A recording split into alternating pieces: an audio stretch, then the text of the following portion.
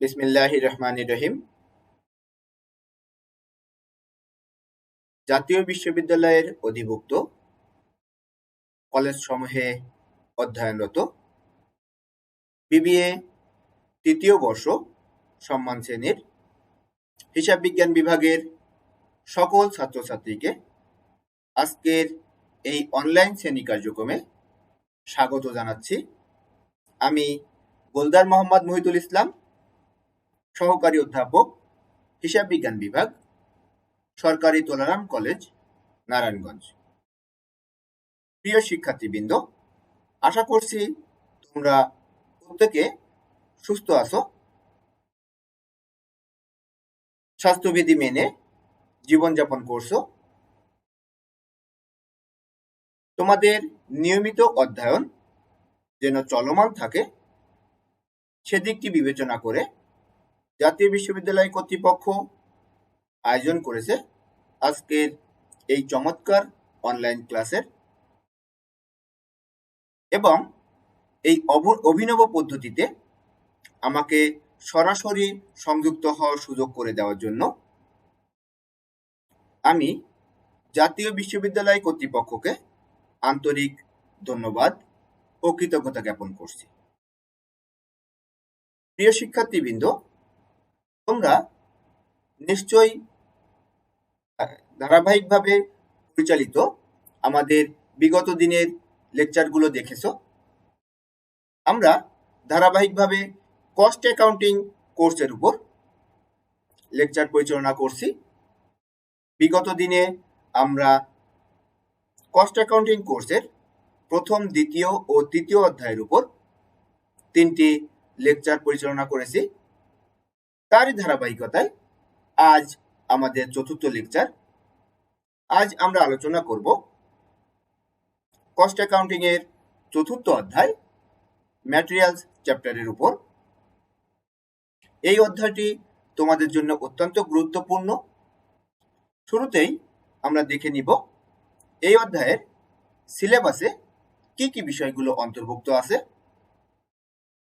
Direct and indirect materials, procurements of materials, storage of materials, materials record, methods of valuing material issues, planning material requirements, stock levels,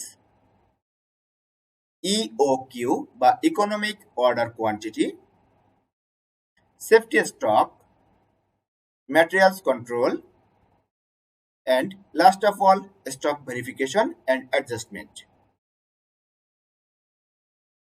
যেহেতু এই অধ্যায়টি অত্যন্ত গুরুত্বপূর্ণ, আমরা আগেই বলেছি, এজন্যে এই অধ্যায়টিকে আমরা 2টি লেকচারের মাধ্যমে সম্পন্ন করব। আজ আমরা আলোচনা করব এই অধ্যায়ের একটি গুরুত্বপূর্ণ টপিক ইওকিউ বা ইকোনমিক অর্ডার কোয়ান্টিটি নিয়ে। সাথে সাথে আমরা কিছু তত্ত্বীয় বিষয় নিয়েও আলোচনা করব। তাহলে আমরা দেখে নেই আজ এই লেকচার আলোচনা শেষে তোমরা কোন কোন বিষয়গুলো পরিষ্কার ধারণা লাভ করবে। প্রত্যক্ষ কাঁচামাল ও পরোক্ষ কাঁচামালের তুলনামূলক বিশ্লেষণ, বিন কার্ড ও মাল খতিয়ানের তুলনামূলক বিশ্লেষণ, মিতব্যয়ী ফরম্যাশ পরিমাণ বা ইওকিউ নির্ণয়ের পদ্ধতি, গাণিতিক সমস্যা অর্থাৎ ইওকিউ বিষয়ে সাথে জড়িত গাণিতিক সমস্যাগুলো নিয়েও আমরা আলোচনা করব। তাহলে এগুলো হবে আমাদের লার্নিং আউটকামস, অর্থাৎ এই লেকচার শেষে এই বিষয়গুলো সম্পর্কে তোমরা একটি পরিষ্কার ধারণা লাভ করতে পারবে। তাহলে আমরা মূল আলোচনায় চলে যাই। প্রথমেই আমরা আলোচনা করব 2টি বিষয়, 2টি তুলনামূলক বিশ্লেষণের বিষয় নিয়ে। একটি হলো প্রত্যক্ষ কাঁচামাল ও পরোক্ষ কাঁচামালের তুলনামূলক বিশ্লেষণ, আরেকটি হলো বিন কার্ড ও মাল খতিয়ানের তুলনামূলক বিশ্লেষণ। তাহলে আমরা প্রথমে চলে যাই প্রত্যক্ষ কাঁচামাল ও পরোক্ষ কাঁচামালের তুলনামূলক বিশ্লেষণ নিয়ে। আমরা যেভাবে স্ক্রিনে প্রেজেন্ট করছি এভাবেই শখ করে তোমাদের পরীক্ষার খাতায় তোমরা যদি উপস্থাপন করো তাহলে আশা করছি তোমরা অধিক নাম্বার পাবে। তাহলে আমরা দেখে নেই প্রত্যক্ষ কাঁচামাল এবং পরোক্ষ কাঁচামাল বা ডিরেক্ট ম্যাটেরিয়াল এবং ইনডিরেক্ট ম্যাটেরিয়ালের মধ্যে তুলনামূলক বিশ্লেষণ বা পার্থক্যগুলো কি। যে কাঁচামালের ব্যয় পণ্য বা সেবা উৎপাদনের ব্যয়ের অংশ হিসেবে সহজেই চিহ্নিত করা যায় তাকে প্রত্যক্ষ কাঁচামাল বলে। পক্ষান্তরে যে কাঁচামালের ব্যয় পণ্য বা সেবার উৎপাদন ব্যয়ের অংশ হিসেবে সহজে চিহ্নিত করা যায় না তাকে পরোক্ষ কাঁচামাল বলে। আমরা দ্বিতীয় অধ্যায়ে যখন আলোচনা করেছি তখন নিশ্চয়ই তোমাদের মনে আছে প্রত্যক্ষ কাঁচামাল মুখ্য ব্যয় বা প্রাইম কস্টের অংশ, আর পরোক্ষ কাঁচামাল এটি কারখানা ব্যয় বা ফ্যাক্টরি ওভারহেডের অংশ। প্রত্যক্ষ কাঁচামাল উৎপাদিত মোট ব্যয়ের সিংহভাগ, আর পরোক্ষ কাঁচামাল উৎপাদিত মোট ব্যয়ের একটি সামান্য অংশ। প্রত্যক্ষ কাঁচামালকে আমরা সম্পদ হিসেবে বিবেচনা করি যতক্ষণ পর্যন্ত এটি বিক্রি না হয় ততক্ষণ পর্যন্ত, আর পরোক্ষ কাঁচামালকে আমরা সম্পদ হিসেবে নয় বরং ব্যয় হিসেবে বিবেচনা করি। তাহলে আমরা এটি সার্বিক ধারণা এই দুইটি বিষয় সম্পর্কে পেয়ে গেলাম এবং এটি তুলনামূলক বিশ্লেষণ আমরা করতে পারলাম। এখন আমরা আরেকটি বিষয় নিয়ে আলোচনা করব, বিন কার্ড ও কাঁচামাল খতিয়ানের তুলনামূলক বিশ্লেষণ। তাহলে একইভাবে আমরা উপস্থাপন করব। আমরা প্রথমেই বিন কার্ডের একটি স্যাম্পল দেখছি। স্ক্রিনে তোমরা নিশ্চয়ই একটি কার্ড দেখতে পাচ্ছ, এটি একটি বিন কার্ডের স্যাম্পল। একটি বিন কার্ড দেখতে কেমন হয় সেটি আমরা এখানে দেখালাম, এবং বিন কার্ডগুলো স্টোরে অর্থাৎ গুদাম ঘরে বিন কার্ডগুলো কিভাবে ব্যবহার করা হয় সেগুলো আমরা দেখছি। এখানে প্রত্যেকটি বক্সের গায়ে একটি করে বিন কার্ড লাগানো আছে, অর্থাৎ মালের পরিমাণ এখানে লেখা আছে। পাশাপাশি আমরা কাঁচামাল খতিয়ান বা স্টোর লেজার দেখছি। এখানে এটি অনেকটা এক্সেল শিটের মতো। এখানে কাঁচামালের রিসিপ্ট, ইস্যু এবং ব্যালেন্স এগুলো দেওয়া আছে। আমরা এখন দেখব এই দুটি বিষয় অনেকটা দেখতে একই রকম হলেও এটি মধ্যে যে তুলনামূলক বিশ্লেষণ বা পার্থক্যগুলো কি কি। বিন কার্ড হলো স্টোরে কাঁচামাল রাখার সময় মালের পরিমাণ সংক্রান্ত তথ্য যে কার্ডে লিপিবদ্ধ করে মালের গায়ে লাগিয়ে রাখা হয়। তাহলে দুটি বিষয় আমরা পেলাম, একটি হলো মালের পরিমাণ সংক্রান্ত তথ্য থাকে এখানে এবং এটি মালের গায়ে লাগিয়ে রাখা হয়। আর কাঁচামাল খতিয়ান হলো স্টোরে রক্ষিত কাঁচামালের পরিমাণ ও মূল্য পৃথকভাবে যে হিসাবে রক্ষিত হয়, অর্থাৎ কাঁচামাল খতিয়ানের মধ্যে পরিমাণ এবং মূল্য পৃথকভাবে সংরক্ষণ করা হয়। বিন কার্ডের ক্ষেত্রে আমরা বলছি কাঁচামালের পরিমাণ উল্লেখ থাকে, আর কাঁচামাল খতিয়ানের ক্ষেত্রে আমরা বলছি মালের পরিমাণ ও মূল্য পৃথকভাবে উল্লেখ থাকে। বিন কার্ডের ক্ষেত্রে আমরা বলছি প্রত্যেক লেনদেন আলাদাভাবে লিপিবদ্ধ করে রাখা হয়। পক্ষান্তরে কাঁচামাল খতিয়ানের ক্ষেত্রে লেনদেন সমূহকে শ্রেণীবদ্ধ করে নির্দিষ্ট সময়ান্তে লিপিবদ্ধ করা হয়। বিন কার্ডের ক্ষেত্রে বিন কার্ড গুদামে প্রস্তুত করে গুদামেই সংরক্ষণ করা হয়, অর্থাৎ মালের গায়ে এটি লাগিয়ে রাখা হয়। আর কাঁচামাল খতিয়ান ব্যয় হিসাব বিভাগে প্রস্তুত করে সেখানেই সংরক্ষণ করে রাখা হয়। বিন কার্ড হতে সমাপনী মজুদ মালের মূল্য পাওয়া যায় না, যেহেতু এখানে মূল্য উল্লেখই থাকে না, সেক্ষেত্রে সমাপনী মজুদ মালের মূল্য পাওয়া যায় না। পক্ষান্তরে মাল খতিয়ান বা কাঁচামাল খতিয়ান যাকে আমরা বলছি, সেখান থেকে সমাপনী মজুদ মালের মূল্য ও পরিমাণ উভয়ই পাওয়া যায়। কোনো পণ্য প্রাপ্ত বা ইস্যু করা হলে সর্বপ্রথম আমরা বিন কার্ডে সেটি এন্ট্রি করি এবং বিন কার্ডে এন্ট্রি করার পর সেটি কাঁচামাল খতিয়ানে লেখা হয়। তাহলে প্রথমে বিন কার্ডে লেখা হয়, পরবর্তীতে সেটি কাঁচামাল খতিয়ানে লেখা হয়। তাহলে আমরা পেয়ে গেলাম বিন কার্ড ও কাঁচামাল খতিয়ানের একটি তুলনামূলক বিশ্লেষণ। আশা করছি যে এটি তোমরা পরিষ্কারভাবে বুঝতে পেরেছো। এখন আমরা আলোচনা করব এই অধ্যায়ের সাথে জড়িত এবং কস্ট অ্যাকাউন্টিং এর একটি গুরুত্বপূর্ণ টপিক মিতব্যয়ী ফরমায়েশ পরিমাণ, ইকোনমিক অর্ডার কোয়ান্টিটি। তাহলে শুরুতেই আমরা দেখে নেই ইকোনমিক অর্ডার কোয়ান্টিটি বা মিতব্যয়ী ফরমায়েশ ব্যয়, মিতব্যয়ী ফরমায়েশ পরিমাণ। এটি বলতে আমরা কি বুঝি? যে পরিমাণ মাল প্রতিবার ক্রয় করা হলে মালের ফরমায়েশ ব্যয় এবং বহন ব্যয় সর্বনিম্ন হয় বা উভয়ই সমান হয়, তাকে মিতব্যয়ী ফরমায়েশ পরিমাণ বলে।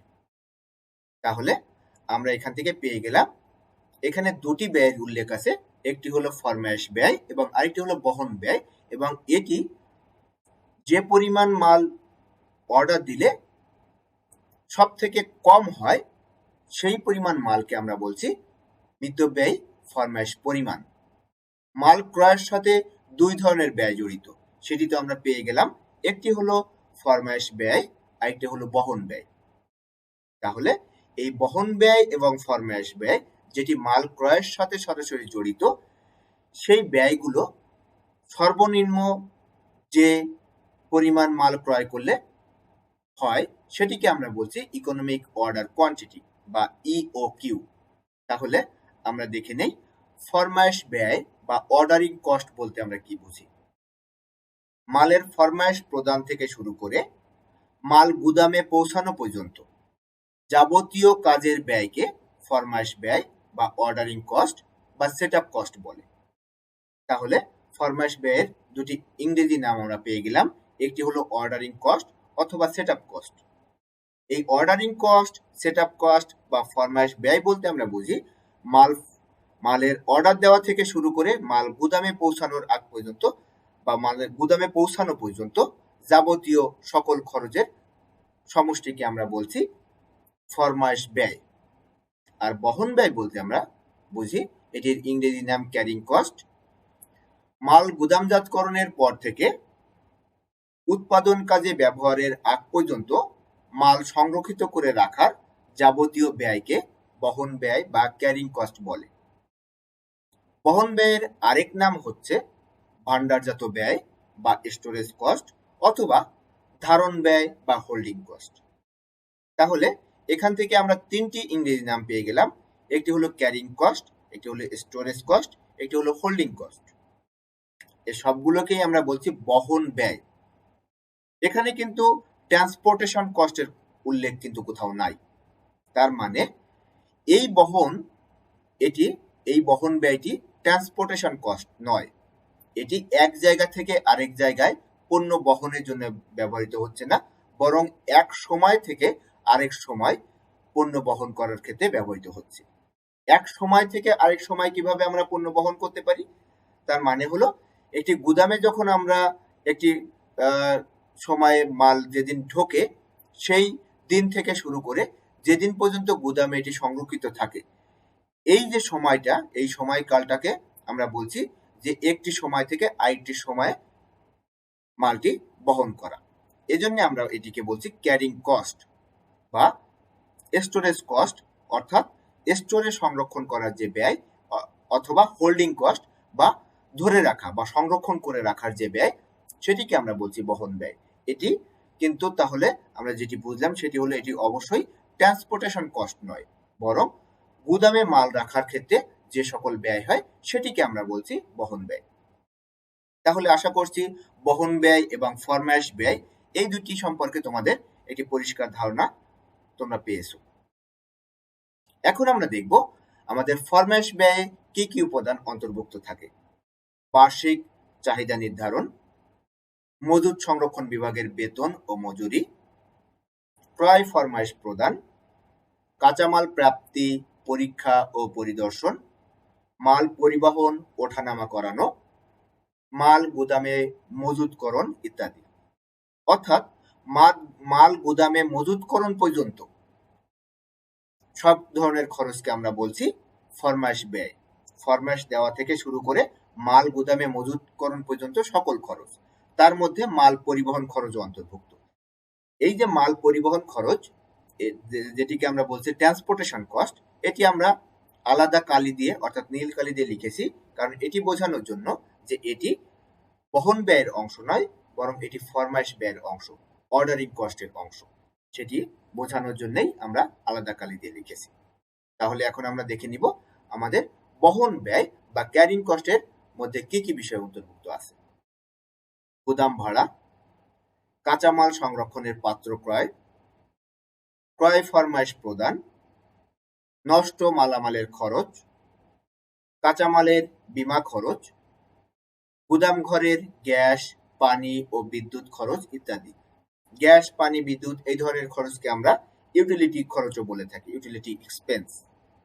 তাহলে গুদামের সাথে সম্পর্কিত সকল ধরনের খরচকেই কিন্তু আমরা মূলত বলছি বহন ব্যয় বা ক্যারিং কস্ট। এখন আমরা দেখব মিতব্যয়ী ফরমাইশ পরিমাণ নির্ণয়ের পদ্ধতি সমূহ, methods of calculating economic order quantity বা ইওকিউ। প্রথমে গাণিতিক পদ্ধতি বা সমীকরণ পদ্ধতি, ম্যাথমেটিক্যাল অর ইকুয়েশন মেথড। এরপর আছে সারণী বা তালিকা পদ্ধতি, টেবুলার মেথড। 3 নম্বরে আছে লৈখিক পদ্ধতি বা গ্রাফিক্যাল মেথড। এই 3টা পদ্ধতি নিয়ে আমরা আলোচনা করব। প্রথমেই তাহলে আমরা চলে যাই আমাদের প্রথম পদ্ধতি, অর্থাৎ গাণিতিক বা সমীকরণ পদ্ধতি, ম্যাথমেটিক্যাল অর ইকুয়েশন মেথড। যেহেতু এটা ইকুয়েশন মেথড বলা হচ্ছে, অর্থাৎ এটি একটি সমীকরণের মাধ্যমে আমরা প্রয়োগ করে থাকি। ইওকিউ সমান √2 into AR into OC divided by CC। এটি এখানে কিছু সংক্ষিপ্ত নাম ব্যবহার করা হয়েছে। AR বলতে অ্যানুয়াল রিকোয়ারমেন্ট বা অ্যানুয়াল ইউজেস ইন ইউনিট। এটি পরিমাপের একক আমাদের দেখতে হবে, খেয়াল রাখতে হবে। AR অর্থাৎ অ্যানুয়াল ইউজেস, এগুলো ইন ইউনিট অর্থাৎ ইউনিটে পরিমাপ করা হয়। OC অর্থাৎ অর্ডারিং কস্ট পার অর্ডার, অর্থাৎ যতগুলো অর্ডার সেই অনুযায়ী অর্ডারিং কস্টটা পরিমাপ করা হবে। আর CC অর্থাৎ ক্যারিং কস্ট, এটি পার ইউনিট অর্থাৎ ইউনিটের সাথে এটি পরিমাপ হবে। তাহলে এটিকে আমরা বলছি গাণিতিক পদ্ধতি বা সমীকরণ পদ্ধতি। আমরা একটি এক্সাম্পলের মাধ্যমে এই পদ্ধতিটা দেখে নেই। এখানে কিছু ইনফরমেশন দেওয়া আছে। From the following information calculate economic order quantity. Annual uses দেওয়া আছে 1600 units. Ordering cost per order equal 500 টাকা। কস্ট পার ইউনিট 200 টাকা। আর সর্বশেষ বলা আছে carrying cost per unit 5% of material cost. তাহলে 5% অফ ম্যাটেরিয়াল কস্ট, অর্থাৎ ম্যাটেরিয়াল কস্ট আমাদের দেওয়া আছে 200 টাকা। সেই 200 টাকার 5% করলে 10 টাকা। সেই 10 টাকা আমরা পার ইউনিট ক্যারিং কস্ট বলছি। তাহলে আমাদের উপাদান অনুসারে যদি আমরা এগুলোকে বিশ্লেষণ করি, তাহলে এমন আসে অ্যানুয়াল ইউজেস অর্থাৎ AR সমান 1600 ইউনিট, অর্ডারিং কস্ট অর্থাৎ OC 500 টাকা পার অর্ডার, আর ক্যারিং কস্ট CC 10 টাকা। 10 টাকা আমরা ক্যালকুলেট করলাম 200 ইন্টু 5%, এভাবে আমরা ক্যালকুলেট করব। তাহলে এখন আমরা এটি প্রয়োগ করি আমাদের ইকুয়েশনের ভিতর। এখানে আমরা AR সমান 1600 ইউনিট, OC 500 পার অর্ডার, আর CC 200 ইন্টু 5%, এভাবে আমরা 10 টাকা ক্যালকুলেট করে বের করেছি। এই উপাদানগুলোকে যদি আমরা এখন ইকুয়েশনের মধ্যে বসিয়ে দেই, তাহলে দেখতে এমনটি লাগে। এটিকে এখন যদি আমরা সমাধান করি, তাহলে 1,60,000, এটিকে রুট ওভার করলে আমাদের দাঁড়ায় 400 ইউনিটস। অর্থাৎ যদি আমাদের এই উপাদানগুলোর উপর ইওকিউ ক্যালকুলেট করতে বলে, তাহলে 400 ইউনিট হবে আমাদের ইওকিউ। অর্থাৎ 400 ইউনিট করে যদি আমরা প্রতিবার ক্রয় করি, তাহলে আমাদের খরচ সর্বনিম্ন হবে। তাহলে আমরা আশা করি ম্যাথমেটিক্যাল আর ইকুয়েশন মেথডে কিভাবে এটি প্রয়োগ করতে হবে, কিভাবে এটি ক্যালকুলেট করতে হবে, সেই বিষয়গুলো তোমরা বুঝতে পেরেছো। এরপরে আমরা চলে যাই আমাদের দ্বিতীয় মেথড, সারণী পদ্ধতি বা টেবুলার মেথড। টেবুলার মেথড বা সারণী পদ্ধতি আমরা বলছি, এটি আমরা কলাম এবং রো এর মধ্যে সাজিয়ে ঘর ঘর করে এটি ক্যালকুলেট করব। এখানে 7টি কলাম রয়েছে। এই 7টি কলামের ক্যালকুলেশনগুলো তোমাদের একটু বুঝতে হবে। প্রথম কলামে অর্থাৎ 1 নম্বর কলামে আমাদের রয়েছে অ্যানুয়াল ইউজেস, যেটিকে আমরা বলছি AR। 2 নম্বর কলামে নাম্বার অফ অর্ডার পার ইয়ার। এখানে আমরা বিভিন্ন নাম্বার প্রয়োগ করে দেখব যে কতগুলো অর্ডার দিলে আমাদের খরচটি সর্বনিম্ন হয়। 3 নম্বর ঘরে রয়েছে টোটাল অর্ডারিং কস্ট, অর্থাৎ আমাদের যে ওসি আমরা ক্যালকুলেট করি সেটি আমরা 3 নম্বর ঘরে ক্যালকুলেট করব। আমাদের যেহেতু 500 টাকা বলা ছিল, সেই অনুযায়ী আমরা বলছি এক টাকা 500 পার অর্ডার। যে অঙ্কে যত টাকা বলা থাকবে সেই অনুযায়ী আমরা এখানে লিখব। 4 নম্বর ঘরে দেওয়া আছে number of units per order, অর্থাৎ একবার অর্ডারে আমরা কতগুলো পণ্য কিনবো, কতগুলো মাল কিনবো তার quantity, number of units per order. একবার অর্ডারে যতগুলো মাল কিনতে পারবো সেটিকে আমরা বলছি। এরপরে 5 নম্বর ঘরে আমরা বলছি এভারেজ ইনভেন্টরি। এভারেজ ইনভেন্টরিটা জাস্ট 4 নম্বর ঘরকে আমরা যদি 2 দিয়ে ভাগ করি তাহলে আমরা একটি এভারেজ ইনভেন্টরি পাই। 6 নম্বর ঘরে আমরা বলছি টোটাল ক্যারিং কস্ট। আমাদের ক্যারিং কস্ট পার ইউনিট যেটি দেওয়া থাকবে সেটি দিয়ে আমরা আমাদের এভারেজ ইনভেন্টরিকে গুণ করলে, অর্থাৎ 5 নম্বর ঘরকে গুণ করলে আমরা পাবো 6 নম্বর ঘর। এবং সর্বশেষ আমাদের টোটাল কস্ট, অর্থাৎ একটি কাঁচামাল অর্ডার দেওয়ার সাথে জড়িত যে ধরনের কস্ট, আমরা বলছি 2 ধরনের কস্টের কথা, একটি হলো অর্ডারিং কস্ট আর এটা হলো ক্যারিং কস্ট, অর্থাৎ 3 নম্বর কলাম এবং 6 নম্বর কলামের যোগফলই হলো 7 নম্বর কলাম। তাহলে এভাবে আমরা সারণী পদ্ধতি বা তালিকা পদ্ধতিতে EOQ ক্যালকুলেট করব। তাহলে আমরা একই উদাহরণের মাধ্যমে যদি সারণী পদ্ধতিতে এই অঙ্কটি করার চেষ্টা করি, উদাহরণে একই তথ্যই দেওয়া আছে, annual uses 1600 units, ordering cost per order 500 টাকা, কস্ট পার ইউনিট 200 টাকা, carrying cost per unit 5% of material cost, যেটি আমাদের আগেও দেওয়া ছিল আমাদের ম্যাথমেটিক্যাল আর ইকুয়েশন মেথডের ক্ষেত্রে। আমাদের টেবুলার মেথডের ক্ষেত্রেও একই ইনফরমেশন দিয়ে আমরা করছি, যেন তোমরা তুলনামূলক বিশ্লেষণটা করতে পারো যে দুইটি পদ্ধতির মধ্যে আসলে তফাৎটা কোথায়। এখন আমরা তাহলে ক্যালকুলেশনগুলো দেখি। প্রথম কলামের ক্যালকুলেশন AR বা অ্যানুয়াল ইউজেস 1600 ইউনিটস। 2 নম্বর ঘরে নাম্বার অফ অর্ডার পার ইয়ার। এখানে আমরা বিভিন্ন রকম সংখ্যা দিয়ে দেখব যে কতগুলো অর্ডার দিলে আমাদের জন্য সব থেকে কম খরচ হয়। 3 নম্বর কলামে টোটাল অর্ডারিং কস্ট, এটি আমরা ক্যালকুলেট করব।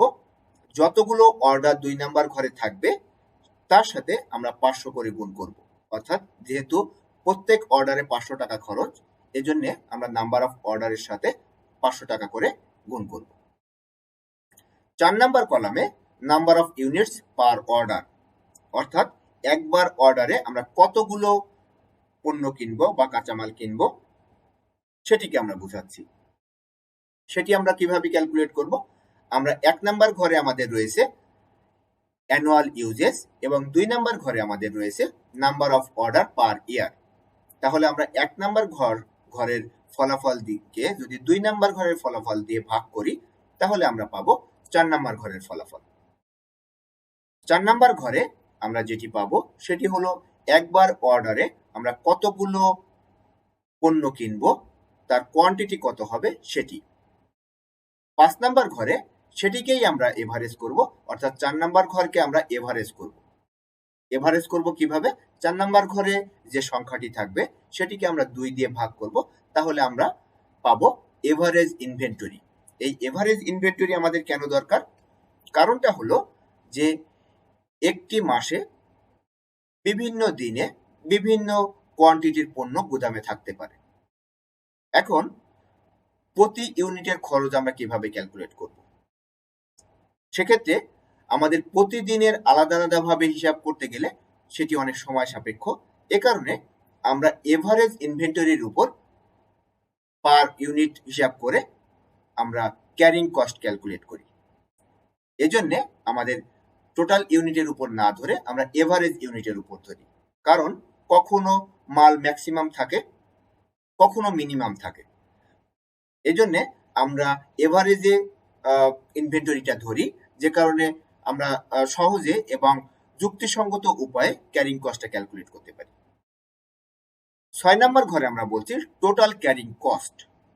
টোটাল ক্যারিং কস্টটা তাহলে আমরা এভারেজ ইনভেন্টরির উপরে ধরবো এবং পার ইউনিট ক্যারিং কস্ট যত থাকবে এভারেজ ইনভেন্টরিকে তত টাকা দিয়ে গুণ করব, তাহলে আমরা পাবো টোটাল ক্যারিং কস্ট।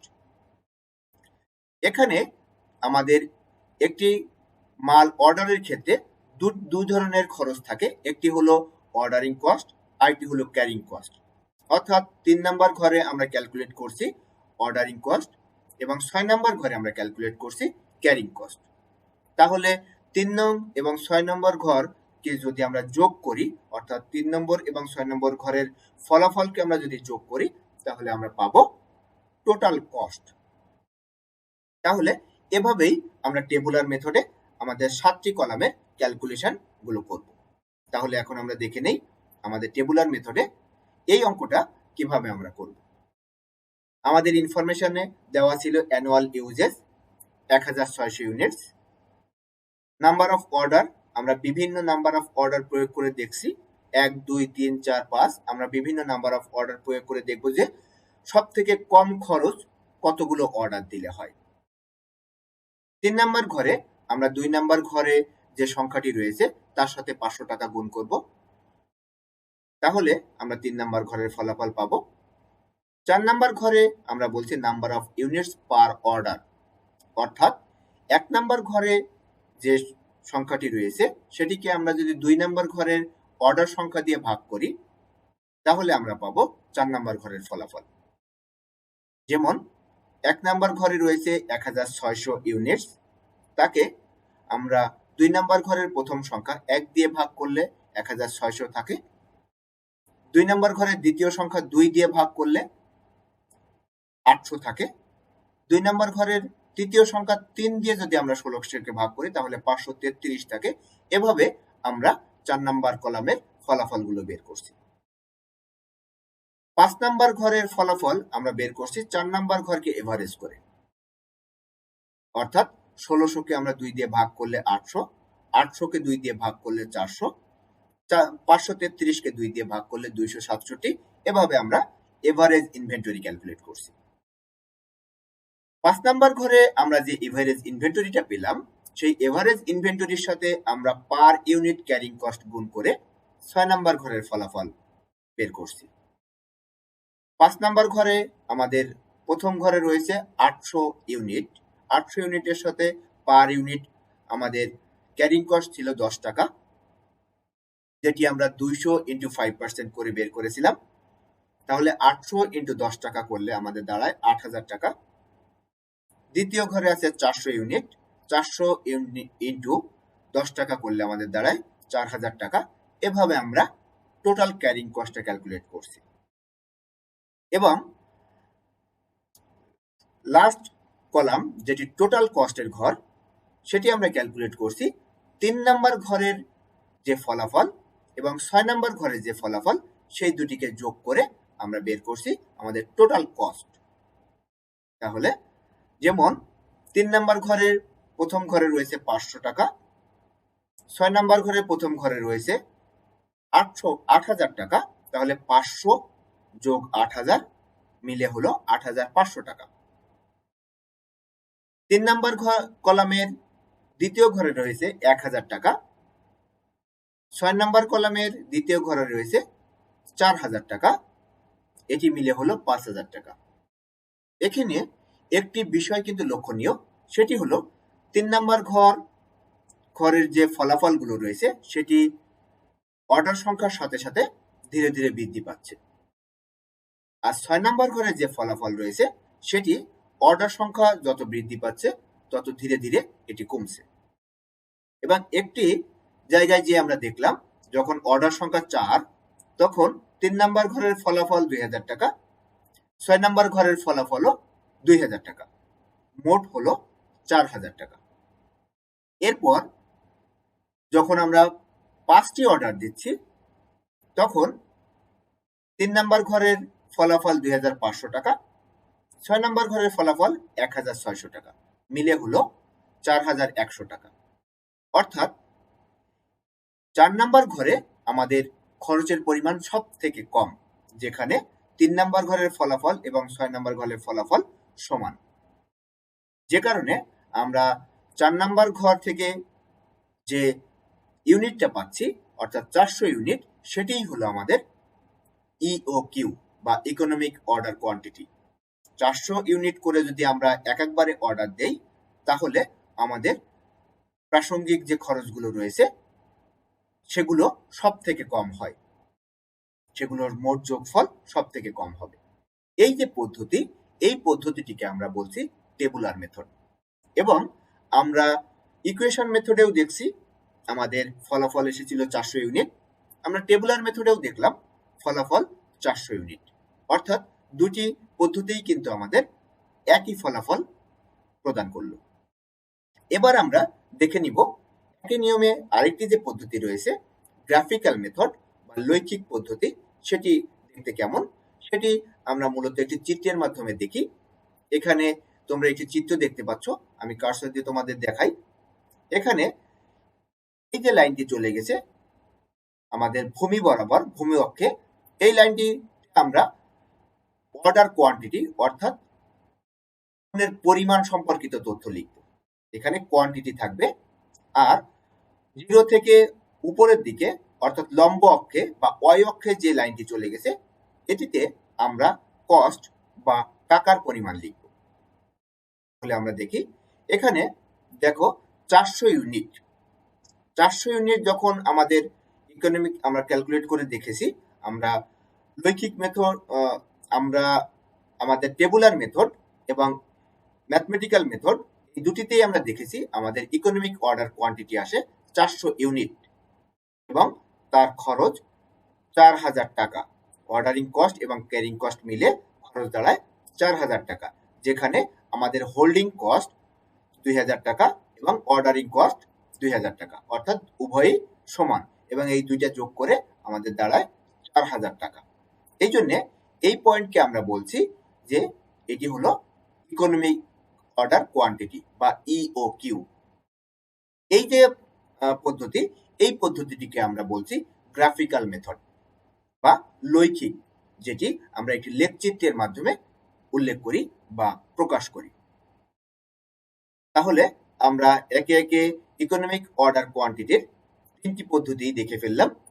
এখন আমরা আরেকটি অঙ্ক দেখব, যেটি একটি স্টোরের সাথে জড়িত ভিন্ন ধরনের একটি অঙ্ক, কিন্তু এই নিয়মের অঙ্কগুলো পরীক্ষায় বারবার দেখা যায়। এখানে এই অঙ্কটি তোমাদের বিগত দিনে বিভিন্ন পরীক্ষায় এসেছে, যে কারণে এটিকে আমরা একটি এক্সাম্পল হিসেবে ব্যবহার করেছি। এখানে আমাদের বেশ কিছু ইনফরমেশন দেওয়া আছে। এখানে লক্ষ্য করো, 2 components A and B are uses as follows. Normal uses দেওয়া আছে 200 পার উইক ইচ। ইচ বলতে এর ক্ষেত্রেও 200, বি এর ক্ষেত্রেও 200। Minimum uses 100 per week each, 100 per week each, মানে এর ক্ষেত্রেও 100, বি এর ক্ষেত্রেও 100। Maximum uses 300 per week each. Maximum uses এর ক্ষেত্রেও 300, বি এর ক্ষেত্রেও 300। রিঅর্ডার কোয়ান্টিটি, রিঅর্ডার কোয়ান্টিটি বলতে আমরা বুঝি যে আমরা একবার অর্ডার প্লেস করলে কত পরিমাণ পণ্যের জন্য আমরা অর্ডার দেই। সেক্ষেত্রে বলা হচ্ছে এর ক্ষেত্রে 1200 ইউনিটস এবং বি এর ক্ষেত্রে 2000 ইউনিটস। এক্ষেত্রে কিন্তু ভিন্ন ভিন্ন আছে। আর আরেকটা ইনফরমেশন দেওয়া আছে রিঅর্ডার পিরিয়ড। এর ক্ষেত্রে 4 থেকে 6 সপ্তাহ 4 to 6 উইকস, আর বি এর ক্ষেত্রে 2 to 4 উইকস অর্থাৎ 2 থেকে 4 সপ্তাহ।